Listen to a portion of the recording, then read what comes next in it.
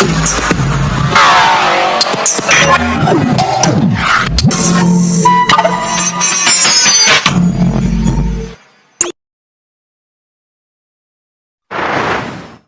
just want to encourage you guys to someday start your own business.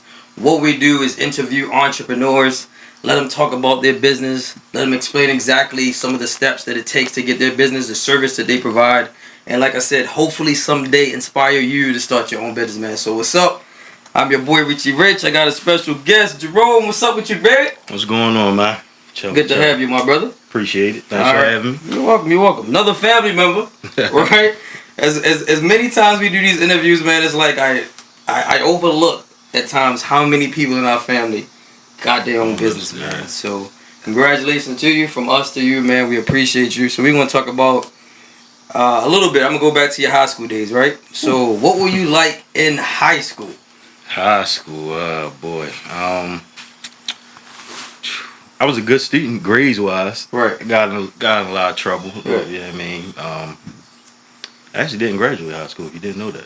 Wow. No. Did not graduate high school. Okay. So if you didn't graduate high school, what was this? So you got a GED or? Never did. Never did that either? Wow. So that's an inspiration to a lot of people, all right? That you can, even through some trials and certain decisions or certain things that happen to us in life, we can still be successful. Yeah, you can. All right, despite. So that's just going to be really good. Real good interview, man. So I kind of like that. All right, so you said you was a real good student in high school, right? So yeah, pretty good. Would you think that you'll have your own business? Was that even crossing your mind at that point? In high school, no. No? Not at all. Didn't really know what I was going to do. Right. Always like kind of had an entrepreneur spirit. Like I mean, in middle school I used to sell candy. Right. Like now, I don't know if people still doing that now. Oh yeah, they sell candy still. But middle school, 6th, 7th grade, I mean, I was selling candy on like a large scale. Mm-hmm. Whereas though it got so busy that I had to get somebody in the 6th grade. You got 6th graders, you got 7th graders, I got 8th graders. Wait a second. Yo, I've never had nobody, so yeah, you was on another level than most people. Yeah, no, you had the whole distro. yeah, the whole distro going on. Yo, that is nice, yo. I mean, making in school, I mean, some days, back in the day, it could be $40, might be $60, like, just straight selling candy. I got caught selling candy because the principal and the teachers got on me because I would carry my books in my hand, and they would wonder, well, what's in your backpack? Right. But it got so crazy, like I was freezing sodas at night, so they was like slushy, so they stay cold all day. I got bubble gum, airheads, whatever you need. Man, you was hustling from the beginning. Like I said, you said you had the entrepreneurial spirit, and like you said, you had other people already working for you. Like, that is amazing. I've heard of people selling candy, but not to that type of level. That's like up there. The standards for selling candy. You know what I'm saying? He had the junior level executives. Right, you know what I'm saying? It got me suspended though. I mean, like most candy selling operations do. Right. They shut that down, right? Yeah, you ain't had the proper licenses and insurances. Wasn't breaking the school law with no money. Right, so, you know what I'm saying? You know how that is. Yeah. That's what's up. That's what's up. Alright, so like you said, man, high school, selling candy, had all the experience that you can possibly have in life, and now you started your own company. I'm gonna mention the name of the company, but I want you to tell us about, like, where did the name come from, the concept, and all that type of stuff. The name of your company is called Alexander the Great Cleaning Service. Yes. Alright, so where did the name come about? It's not really too deep. I had to think of a name. My name is Jerome. Okay. So Jerome's Cleaning Service just didn't have no ring to it. My middle name is Alexander. So it's Alexander the Great Cleaning Service. And as simple as that. Simple as that. Yeah. Hey, sometimes it is that simple. That's pretty cool. Yeah. Yeah, let us know. And Alexander the Great general emperor, like oh yeah. definitely got that ring. It has that air of officialness. Yeah. When you put a name like that in front of it, it's like, oh, they gotta be about something. So when you have a name like that, certain people like say the expectation is going to be high because you have the word great. It's almost like having the top. If you say you had the top service cleaner and that was the name of your company, people are expecting that type of service. So how do you I guess correlate between the two, trying to provide the great service or the expectation that people might have as far as the service that you provide? I mean, I go into any contract I get. I want to provide the best service. Right. What I learned, word of mouth is big for me. Right. So it's I don't do a lot of advertising. I know you asked me that I have Instagram, Facebook. I don't use any of that. I know I'm probably like outdated, but a lot of the customers that I cater to, they wouldn't find me on Instagram. They Right. wouldn't find me on Facebook. So, well, it's kind of, and I don't want to go over all your questions because Right. No, you good. You good. Take your time. You good. So, the customers that I cater to, for one, we're a commercial cleaning service. Okay. So we don't do residential. We thought about it a few times. I had people ask me to do it. There's money in it. It's just something I'm not into. I don't want to clean somebody else's house. I don't even want to clean my own house. So it's like we skipped that. As far as the customers, why I don't advertise on that. A lot of, like I said, the customers that I cater to, they wouldn't find me on there. We deal with quote unquote large scale customers. Right. Bank of America, M&T, Lynn Stoller, Sprint. So they're not really looking on Instagram. Right. Okay. So yeah, like you said, so we're gonna get into the services that you provide. Like I said, you do more commercial rather than residential. Zay, what you got in there? So, I mean, like you said, they're not going to look on Instagram for you.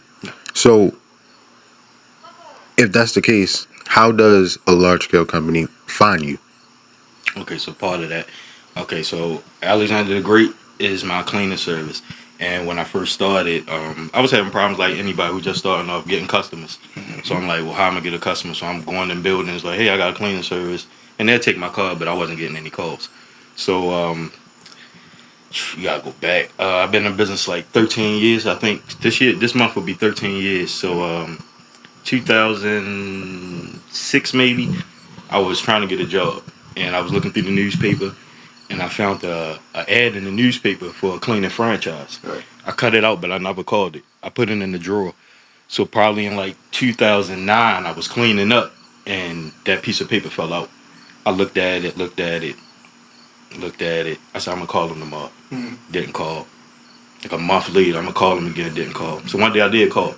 Talked to the guy there. He said, come out, talk to me. You don't gotta bring any money. Just hear me out. So I went to a franchise. A lot of cleaners don't like franchises, Right. and there's reasons to not like them. Okay. But they're beneficial because, like he asked, how do I get those customers? A small cleaning company won't get Bank of America. I'm not saying you can't, Right. It's but gonna be harder it'll be a lot harder. Right. One thing with that is companies like that, they want one cleaning service to service everybody. So the particular franchise I got with, they have a lot of power in the game. So when they get Bank of America, that's every Bank of America period, every M&T period. So it's just like that. That's what's up. Yeah. Okay, so like you said, franchising and I thought about that as far as being a plan superior. You've heard other people connecting with different franchises as well. Like you said, some people are leery about it. I'm probably one of those people, to be honest with you, because it's like I like being in control. I don't like people telling me what to do. So franchising or being in somebody's franchise, of course, you got to go according to the stuff that's already preset through their company and stuff like that. So I do kind of understand both sides of it. So I can actually see why people say the franchise thing wouldn't work. But in your case, it's beneficial because it got you connected. Yeah. Right? And dealing with these other contracts and stuff like that. So Isaiah was talking about, we good? Yeah. Okay, yes. I was making sure we're good. So, all right, as far as those contracts and those services, so you said that you provide your cleaning service and you provide it commercially. Yeah. Right? So, get our audience inside of it. Like, what are some of the tools that you'll need to really, like, cleaning? Because people probably think you get a mop, a bucket, and some Mr. Clean and you should be straight, right? Like, what are some of the stuff that you need? You ain't too far off from it. Definitely you need a mop. You need a bucket. You need a trash can. Right. Find you some good cleaning products. Mm-hmm. A lot of the cleaning products that you see in the store, they also sell commercial strength cleaning products. So you can get Pine-Sol, but then I can get commercial Pine-Sol. But then you have a bunch of other chemicals that you can use. It depends on what type of cleaning you're doing. So if you're doing a basic office, you hit it. Mop, bucket, dustpan, dust mop, microfiber rags. And when you get into deeper than that, so we do special services. window cleaning, stripping and waxing floors, carpet cleaning. So you definitely need a carpet cleaner, buffers, extractors, floor scrubbers, things like that. So is it an expensive industry? Like, cause like I said, you're talking about buffers. So you're not just talking about just some regular vacuums in the house. No. Like you're talking about like some commercial grade stuff. So Yeah. is it an expensive business to start? In your opinion? Not to start, because like I said, once again, if you guys are using mop buckets and stuff like that, so it'll be, you have to focus on what you want to clean, you know. So if you just doing office cleaning, kind of on a lesser scale. Right. Once you get into the floor work, the machines are expensive, but it's more of an investment. You know, you can buy a buffer, and even with that, you gotta do your research. I'll give you a quick story. The first buffer I Before you start your story, pull your mic up for Okay. a second so give it a little lift. Yeah. We good there? Yeah, appreciate it. I might have to come over there and adjust it real fast. All right, what up? Yeah, we gotta make sure that we're straight.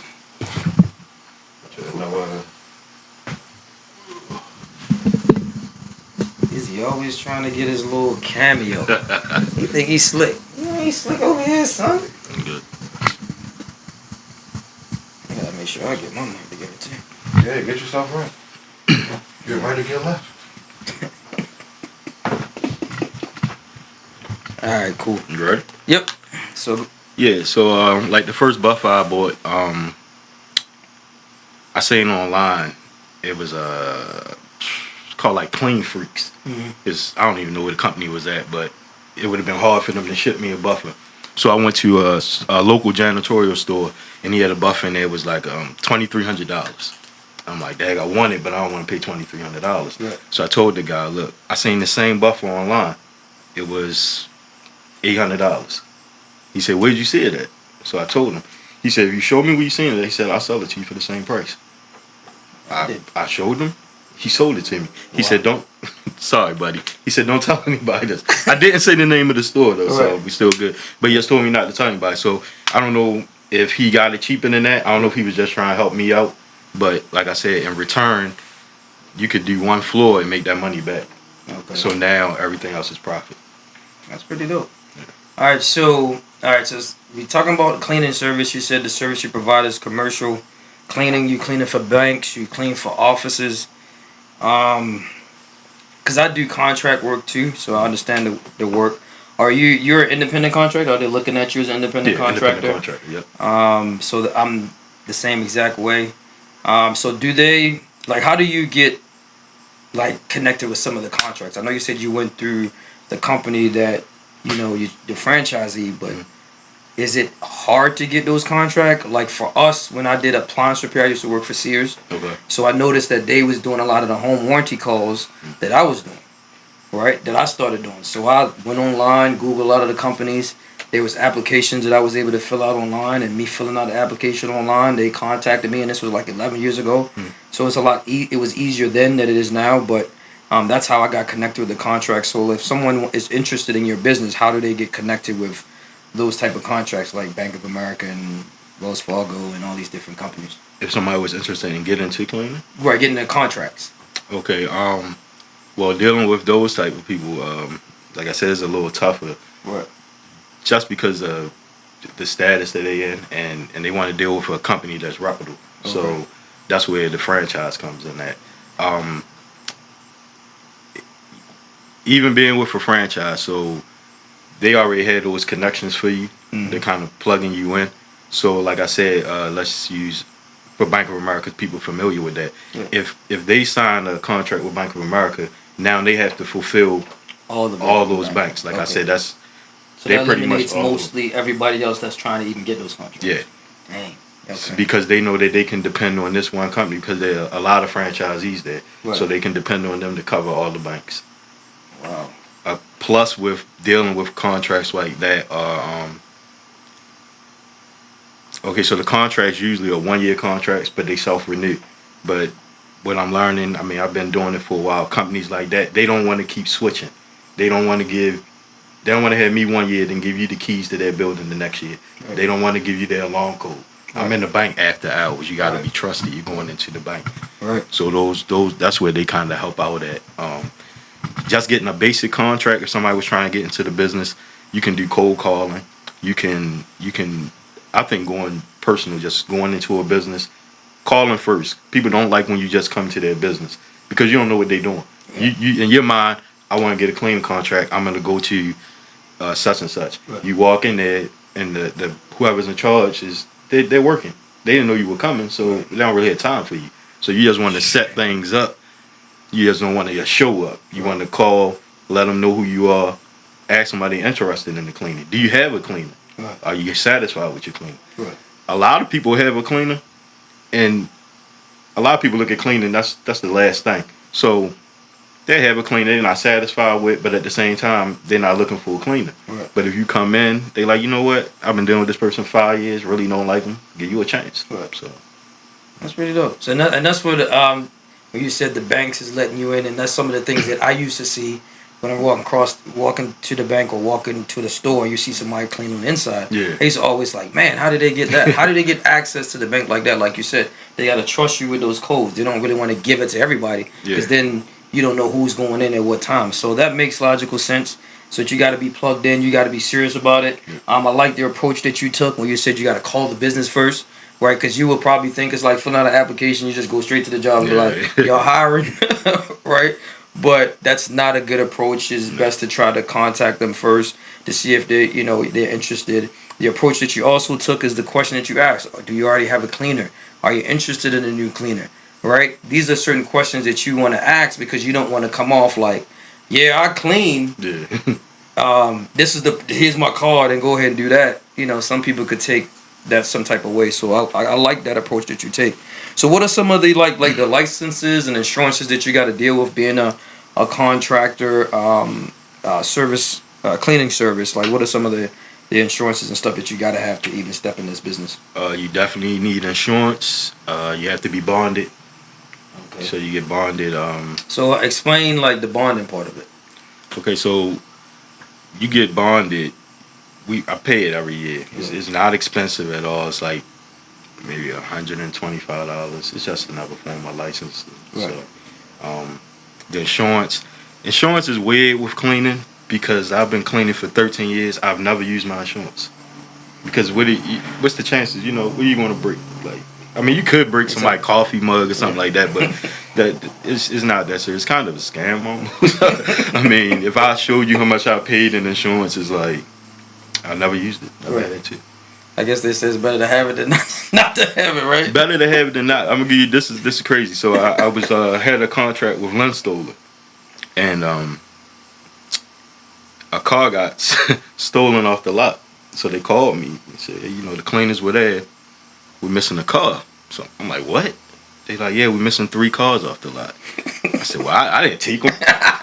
They said, well, do you know anything about the car? So I'm like, no. So they doing an investigation. Right. So I'm calling my insurance like, look, what if I did take the car? What would happen? Right. He said, you just pay your deductible. I said, so I would have 3 Lexuses? I was like, well, maybe I should. But they ended up figuring out what happened. Somebody was doing a scam, and they were going to the car dealerships. They would go look at a car in the daytime, just like anybody else. They would take a picture of the VIN number. They would then take the VIN number and make a fake title. Mm-hmm. So if you have the title and the VIN number to your car, you can get a key made. Yeah. They would go to another Lexus dealer. They got the key made, and they'd come back and just take the car.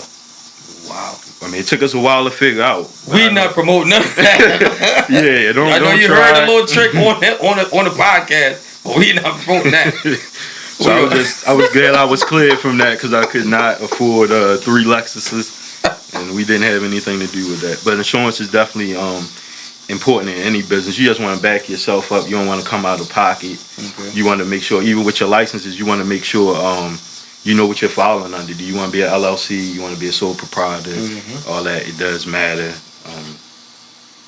depending on what industry you're in. I would think I like the LLC because it protects you personally. Right. So that's a good one. Okay. Do you work? You still working in your business? Do you have anybody that's helping you? Because like I said, if you get all the Bank of America, that's a lot of Bank of Americas. I don't have all of them. I wish I had all of them. I don't have all of them personally. Like Okay. it gets split up. But yeah, I do still work. And I have helpers. I mean, well, workers, Right. employees. I had like really one full-time employee, and then it's about 4 part-time, and then I have my mom. She's not technically employed, but she helps out a lot. Wow. My mom's an environmental service director for a nursing home, so a lot of cleaning tips I got from her. I didn't know how to work a buffer when I first started. Right. I didn't know how to strip and wax a floor, so she came in, actually showed me, helped me do it, and over time, I mean, I got nice at it. I'm good. Man, that's pretty dope. Look at Mom Dukes out here helping out. Yep. Yeah, I'm saying? She's like, well, you better show me the money. I was watching Jerry Maguire last night. Yo, my bad. So, like, all right, so let's talk about, Isaiah always asks this question. Like, you don't have to tell us how much you really charge, but, like, in this industry, like, how much is it to clean a floor, like a commercial floor? All right? Yeah, so I mean, you can tell us how much you charge. You don't have to tell us how much you charge. You can give us some fake numbers that might seem real. All right. Like, a roundabout way figure, because, you know, however you feel Because comfortable. as someone who's never commercially cleaned anything, Yeah, I don't know how much I don't know how much it costs to clean the Bank of America after 5 o'clock on a Wednesday night. You're correct. Okay, so the prices vary. Is a very wide scale depending on what you're cleaning. Okay. Then there's multiple ways you can price a contract. You can go by bodies. How many bodies you putting in there? You can figure out the amount per person. That's an easy way to do it. Right. I know I'm sending this amount of people in there. So you take in what you're paying your employees. You want a percentage for being a business owner. You need money to put back into your company. Right. You got to pay your insurance and all that. So you're figuring that. A lot of the properties we do though, we do by square footage. Okay. That's a good way to do it, especially with floor work. Floor work is usually square footage, which, you know, if you break it down price wise, it sounds kind of crazy. Like I just did a carpet job. If you broke it down by the hour, it probably been like $170 something an hour. Okay. But when you break it down to square footage, I think it was 32 cents an hour, something like that. Yeah, about 32 cents. So you can range on floor work. So it's 32 cents a lot times the. You Times a square foot. Times Times square square foot. footage of the building. 32 cents per square. And that's on the low end for carpet. Right. It could go from 32 to maybe 65 cents Okay. on a square foot. So does that answer the question? Did you get what you did? We kind of get the price range, the bodies, depending on how many people that you're going, you can look at it, or the square footage. Okay. Yeah. I mean, and if you're talking like a small office, I wouldn't do square footage because it's too small. So, all right, let's say if the more service they get, the cheaper it'll get. If they want a one-time service, like if it's a small office and I was doing it once a week, I need $500. So that's 4 times a month, $500. Or you could, like I said, you could do it by person. Now you're talking, I would price it, depending on what the building is, again, anywhere between $32 per person up. It depends on what they want, what services they want. Okay. All right. So there's a misnomer that everybody that's a small business owner is rich. No. Do you like explain that? Because even people might even watch this interview, right? You talk about you got a full-time employee, you got part-time, about 3 or 4 part-time people. So people thinking like, yeah, in order for you to hire those people, you got to make a certain amount of money. But at the same time, people don't look at the overall expense that you might have to even run a business. You got your insurances and all that stuff. So talk about that misnomer that small business owners are rich because you got a couple of employees that's working for you. Super false. Super false. I mean, working for yourself is I can't discredit anybody who has any type of job, but I think it might be harder. Right. Oh yeah. You're starting, you're trying to get in the door. Like I said, as far as contracts, if you're working, 9 times out of 10 when you start working for yourself, you probably have a job because you have to still pay your bills. Right. So you have to make it to a level that you can say, okay, I can walk away from this. You hit it on the nose. No matter how much money you bring in, you're kicking a lot of money out. Correct. So I have to constantly keep contracts coming. The contracts that we had, we need to keep. Right. Because somebody trade on you for a couple dollars. You know, I could be cleaning I could clean the building for years, and then you can come in and say, look, I'll clean it for $300 less a month, or it could be cheaper than that. And depending on the relationship, I'm out. Wow. So. Yeah, so like you said, you got to make sure that you keep that on up and up, providing really good service. And yes, like you said, we're not rich. You spend so much money, right? We're not a Fortune 500 company, nothing like that. But talk about the entrepreneurial experience, man. Talk about that experience being an entrepreneur. You know what I mean? So in comparison to working for somebody else. I like it. I mean, the freedom of being an entrepreneur.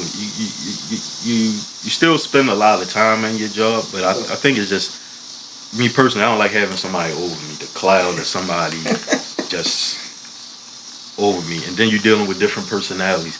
And somebody work for me might feel the same way about me. Right. But I'd rather it be me over them than somebody over me. You know, I don't like to be micromanaged. I like to. If you tell me to do a job. You might don't know that, but I know that I'm going to get it done. I'm going to do the best that I can, and I'm going to give you all. So I like that part of being an entrepreneur. Even with the money part on being rich, it was, when I first started, I was going to quit. I wasn't going to do it because I didn't make that much money the first year. And it's like, do I really want to do this? I think the first year, I made $19,000 the first year. That was it. So it was like, man, I don't know if I want to do this. I might just go get a job. But it was weird. I had maybe like 2 contracts. They were small. One was like once a week. Once was twice a week. And we went on vacation. I think it was Tavia's wedding.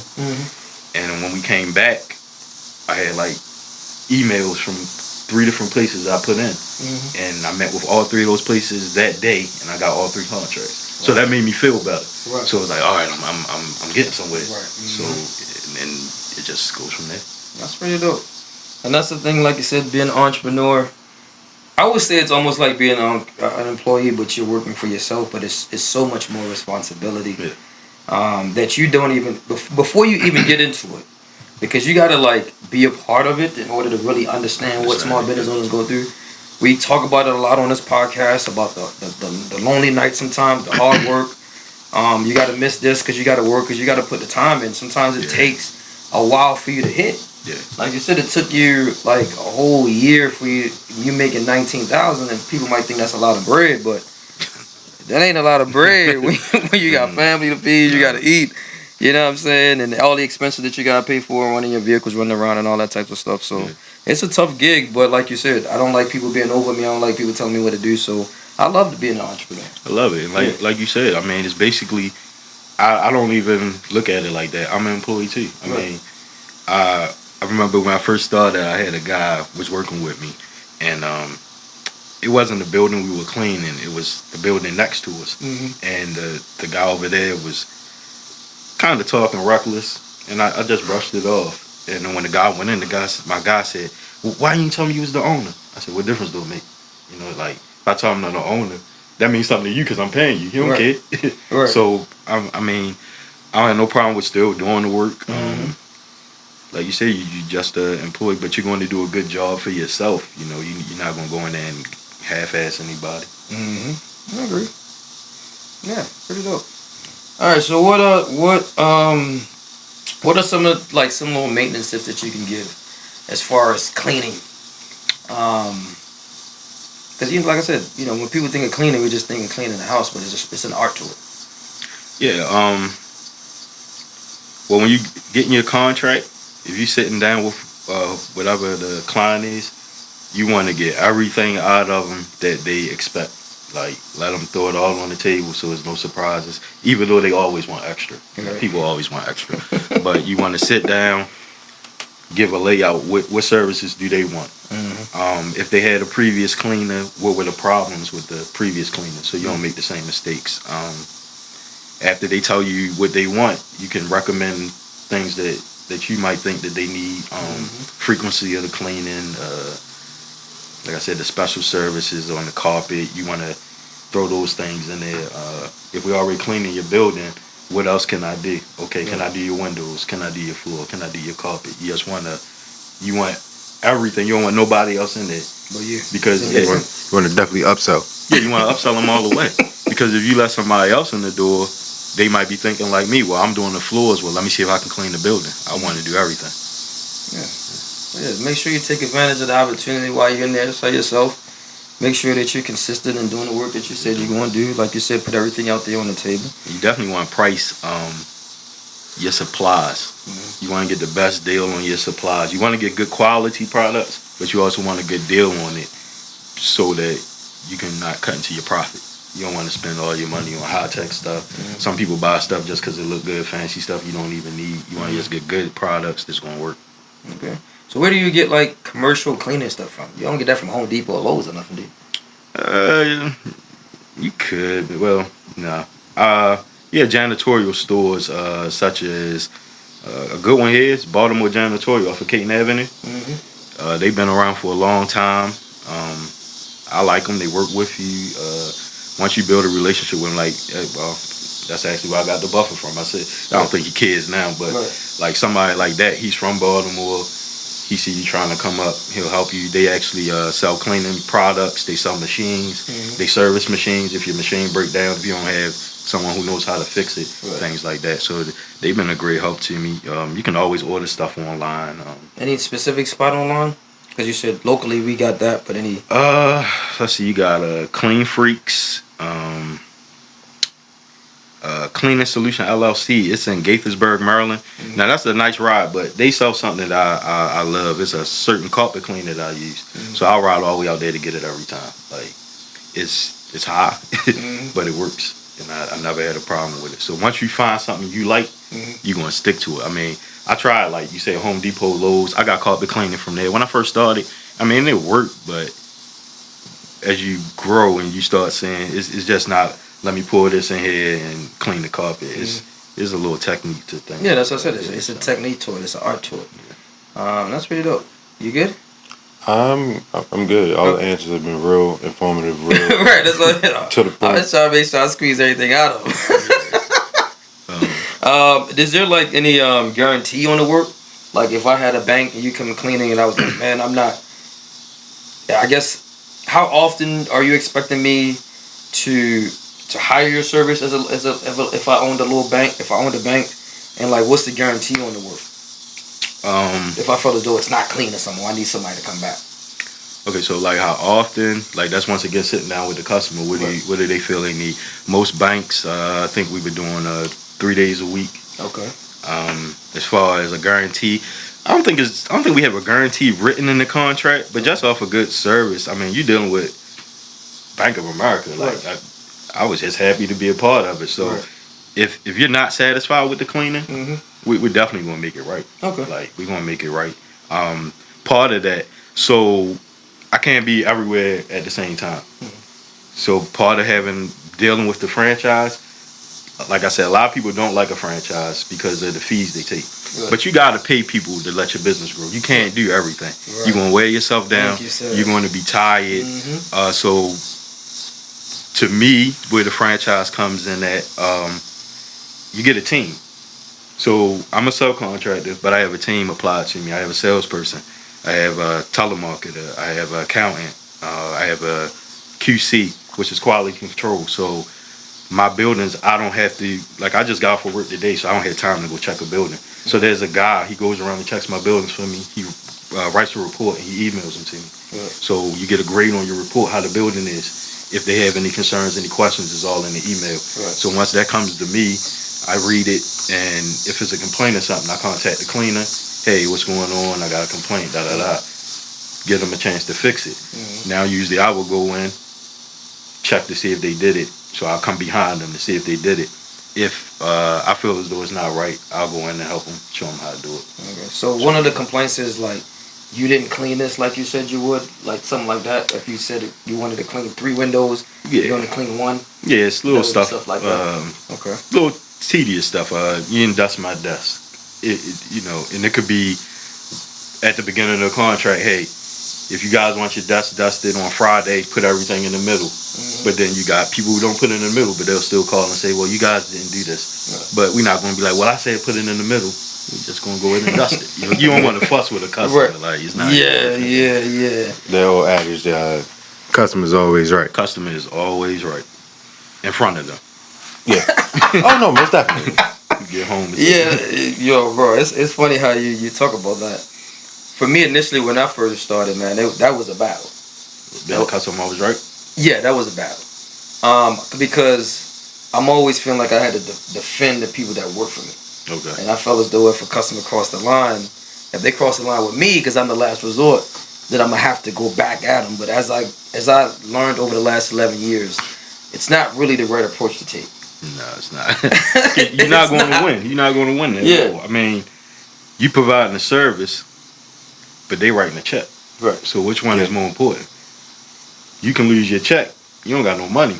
They can find somebody else to do the work. Easy. I mean, you know how many people out here cleaning? You know how many people doing whatever? So you just one in the bucket. So not to say that you're,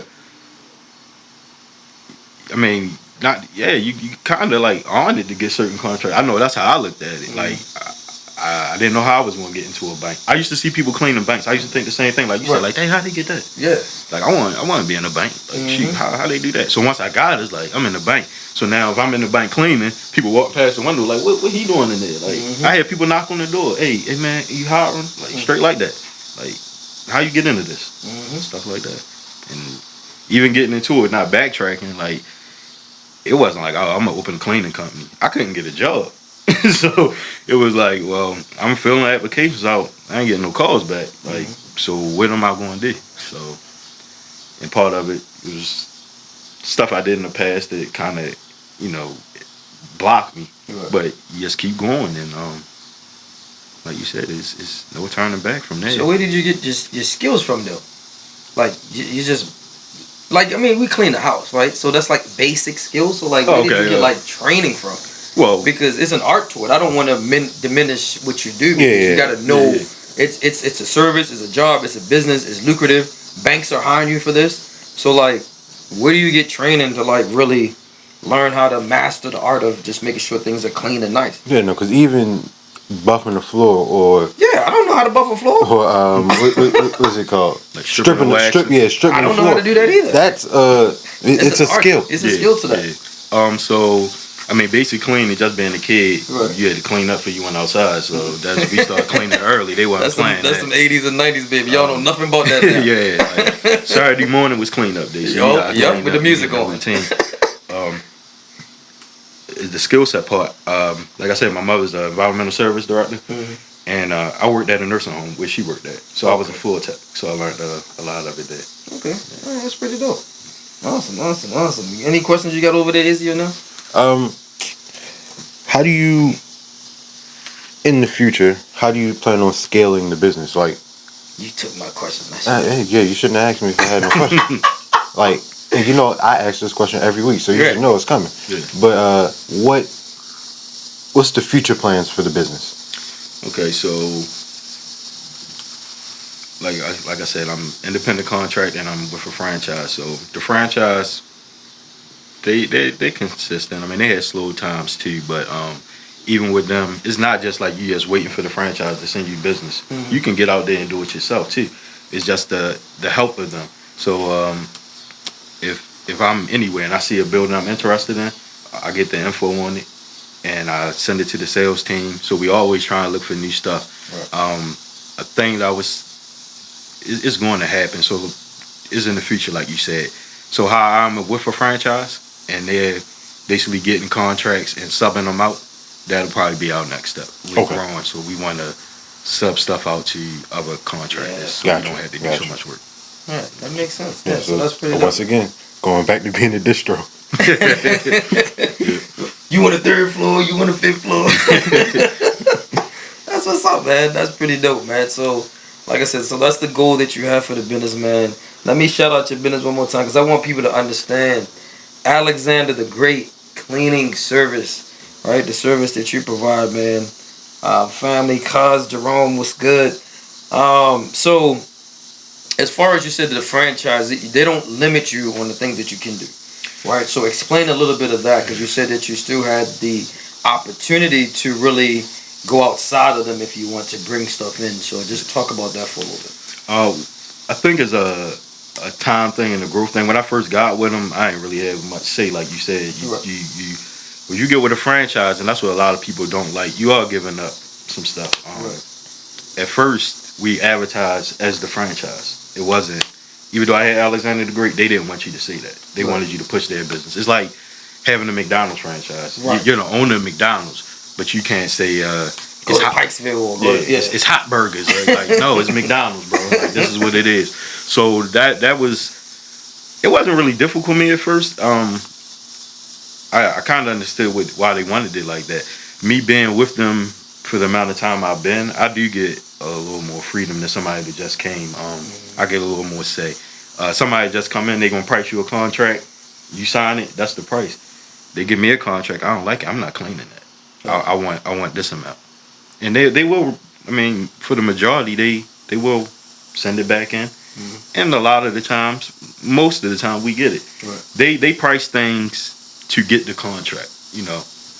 Yeah. They not really worried about my pockets. I mean, just being honest. Yeah. Oh yeah, that's fine. That's usually how it works, even with government contracts. Yeah. You price things to have the lowest price where you can still make money. Yeah. And that's who usually gets the contract. See, but then, and like you said, so whoever that person is who gave that contract out, they made sure they got their money. So now you got a budget, and if it's like a franchise, you're paying them a fee. So they already got their money out. So it's like you take this and you work with it. And I learned I had bad contracts that I got. Once I got them, I'm like, man, I'm paying this person. I ain't really getting nothing. Right.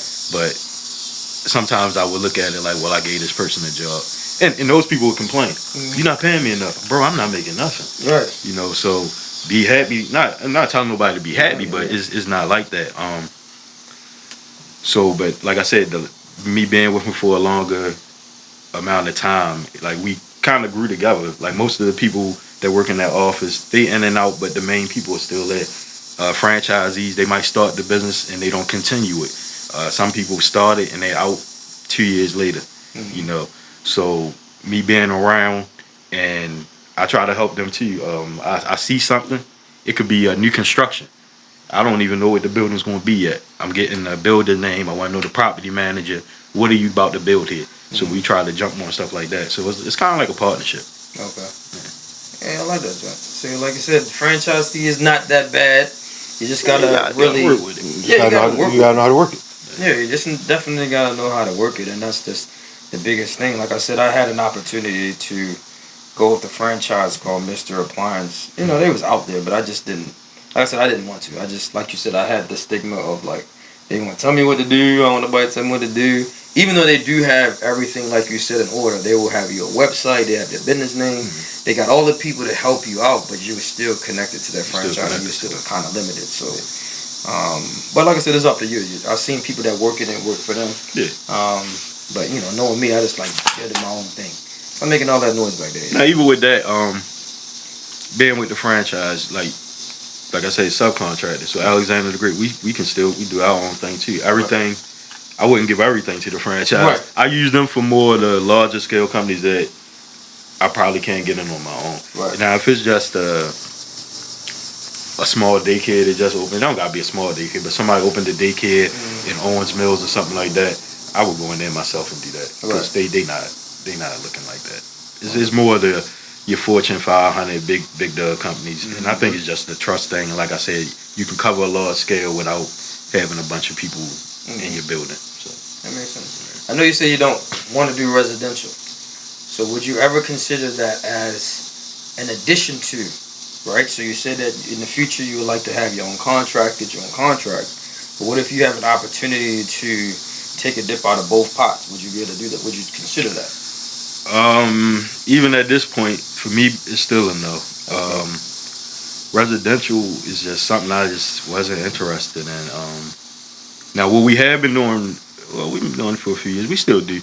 We will do floor work for residential. I'll do carpet and stuff like that. But as far as house cleaning, just something I wasn't into. Right. I I can't see me going into somebody else's house. Even if I'm not doing it, it's just it seems weird to me when strangers come in your house. I think my brother has a maid that comes to his house though. Yeah. Like cleans his house. So I mean, it's not. That's something I wasn't interested in. Also, residential do pay, but it seems like the commercial side Pays more. they seem to pay a little. Yeah, commercial always pay more in any industry. Just about they always pay a little. They pay more.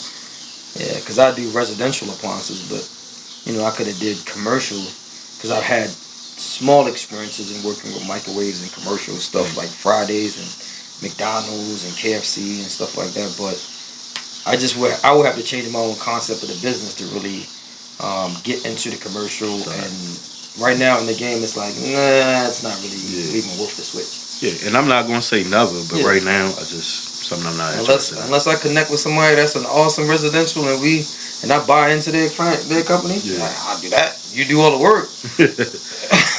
You know what I'm saying? I do something like that, but I do understand. We good? We straight? We're straight on time? Everything's good? Alright, cool. Copacetic. Alright, so I guess we can you got any questions you want to ask? If not, you know I already got a couple in the head. No, I'm good. You good? You straight? Yeah, I'm straight. Alright, so we talked about being an entrepreneur, working for yourself. Would you go back working for anybody else? I always think I know the answer to this question, but I don't. I wouldn't want to. I mean, if I had to, I gotta do what I gotta do. I got kids, so I'm wherever the money at. And honestly, recently, just I don't like sitting around, so I get bored quick. So I had some free time in the evening. The contracts were other people were doing. I wasn't doing anything, so I was sitting home. So I did. I just took a job the end of last year. What was it? Performance Food Group doing order selecting. Now I'm 41. That's a young man's job. So that's basically riding an electric pallet jack, pulling orders for restaurants. It's a lot of wear and tear on your body. I did it for I think I started in December. I was done by probably about March or April. I could have continued doing it because I was just putting the money up. I just wanted extra money. They were paying good, but it started interfering with the cleaner. So it was like I'm out. Like it wasn't paying that good. So, but yeah, I don't. It would be dire need for me to go back and work for somebody. So you can say that's a no. That's a no. We got one no. Cool. That's it. Any other? Oh, promote your business, man, Alexander. Well, you do commercials, so it's not like you could say we want you to come and patron. But all right. So we try to help our entrepreneurs. So is there anything that you think that we can do, or if you want to promote your business so people will know to be able to contact you, especially if there's any commercial banks or offices that's seeing this video? Y'all do churches? Yep. Oh yeah, y'all do churches. We do. We clean everything. I mean, banks was just an example. Banks, car dealerships, doctors' offices, dentist office, accountants, churches. I had a bad experience with a church, but it was cool. Jesus didn't save you that day. He did not save me. They were nasty to me, man. Yo, don't make my man. Don't let the family member look bad. Jesus loves you. You know what I'm saying? But go ahead. You're good. Yeah. I mean, it's reaching out. I mean, you could always. I mean, it's just cell phone numbers. You could always call the office, and they would connect you with me. Even if you call my franchise, you can still get in contact with me. Right. So if somebody was calling the franchise and they answered the phone, you would tell them that what you wanted, and I want Alexander the Great, and they definitely would connect you to me. They wouldn't pass you to somebody else. They would make sure that we connect. Right. They definitely would handle that for us. That's really dope. So if you guys are out there listening, that means if you own an office building, if you have a church, if you have a synagogue, if you got a mosque, if you got any type of commercial building that you need floor cleaning, you need window cleaning, you need general office cleaning at all, it's in your best interest to contact Alexander the Great Cleaning Services so they can give you the best service possible. Yeah, and we won't put his information in the description box as well. So if you guys need to get in contact with him as well, We'll be able to have that information, man. Of course, commercial. We're talking to owner, operator of Alexander the Great Cleaning Service. We got Jerome. Of course, I'm your boy Richie Rich at Your Fire Podcast, man. We got Izzy in the back. Like I said, the budget, the last couple weeks, man, you got a mic. I don't know what else you need next, but do not ask me, and it's a no. Right? It's a no. Boy, shout out to Izzy, man, for everything that he does, man. You should see this guy, man. We're going to have to put Izzy out there a little bit, man. So hopefully someday we can inspire Izzy to have his own production team. You know what I'm saying? I'm going to speak that into existence, man, because we need that to happen. But you already know I'm your boy, Richie Rich, at Your Fire Podcast, man. Again, yo, Jerome, appreciate the opportunity, my brother. Appreciate y'all, man. Yeah, Keep man. doing y'all thing. Appreciate that. Another family member, man, getting it in, man. Your Fire Podcast. We out of here. Izzy. Peace. Peace. Appreciate you, bro.